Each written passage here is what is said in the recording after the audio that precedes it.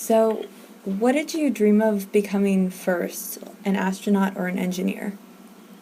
Oh, an astronaut. I didn't even know engineering existed. I Okay. didn't discover engineering until I got to college. I studied physics for my first degree. Why electrical engineering? Well, when I got to college, I studied physics. And I love physics. It's a wonderful place to start. And when you do physics, you basically derive a lot of things, right? Engineers use equations, physicists derive equations. And I was really attracted to basically to electromagnetics and quantum mechanics. I was not really a mechanical girl. I was more of an electrical girl.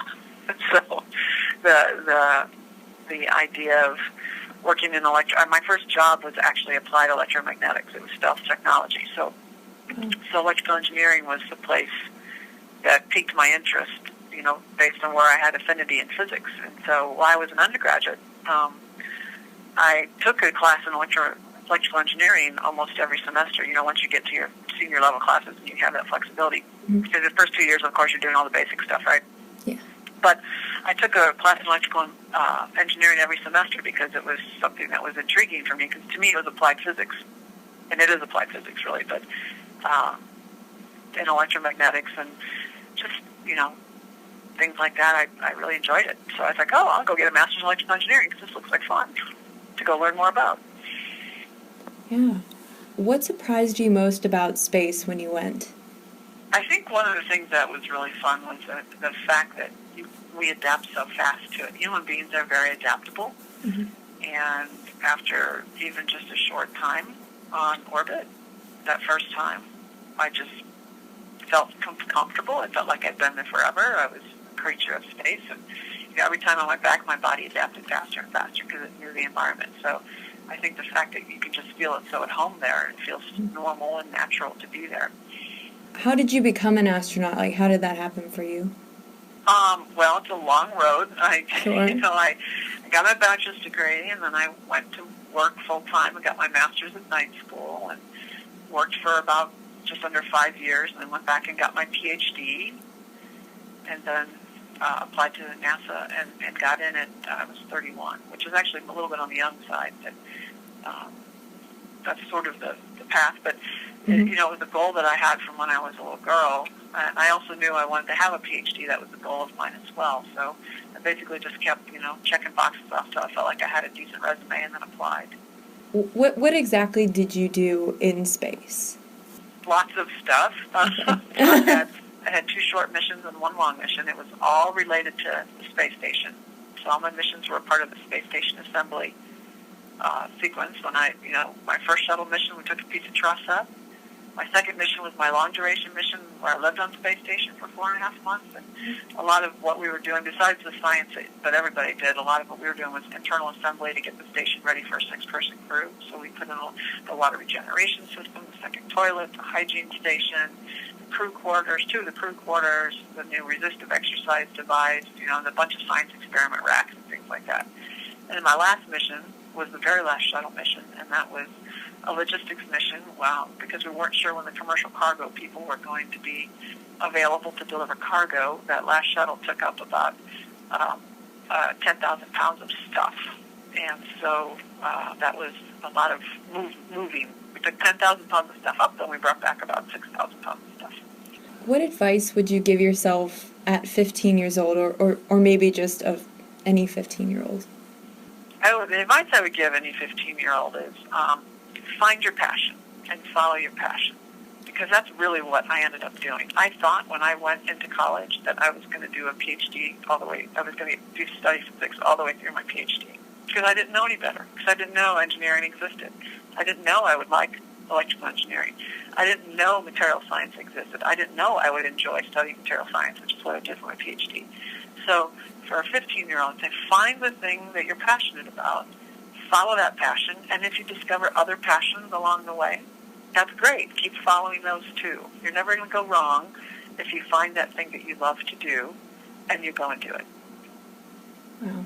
And don't be afraid or hesitant. Go do it. Just go do it. Absolutely. What is your favorite project that you've worked on, either in space or on Earth or both? Well, I can say all-encompassing. It's the space station program.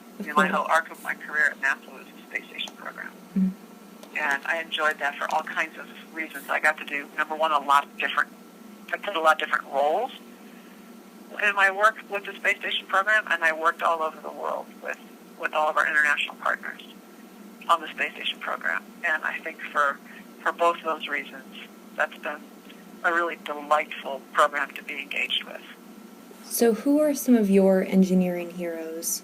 Gosh, I never really thought about it. Yeah. I think I'd have to say the people that I worked with, in the aerospace. I mean, I don't know if I can just pick out one, because the workforce in the aerospace industry, the whole workforce, but the engineers and the technical people that I've worked with the whole arc of my career have been just spectacularly fun people to work with, because everyone in the aerospace industry is so passionate and so dedicated and so committed to doing the right thing and building hardware that works and that's safe and that accomplishes the goals.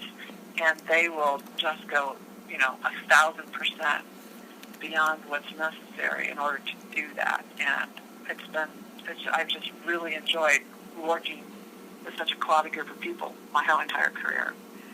What did you end up doing after? I know you worked for AIAA, but did you do anything intermittently, and kind of what led you to where you are now? Yeah, so this is my first job out of the astronaut office as the executive director of the AIAA. Awesome. And I took this job because for several reasons. One, I wanted to stay engaged in the aerospace industry. Two, I was interested in understanding how not-for-profits work, because just like IEEE is a nonprofit professional society, AIAA is a nonprofit professional society for the aerospace industry.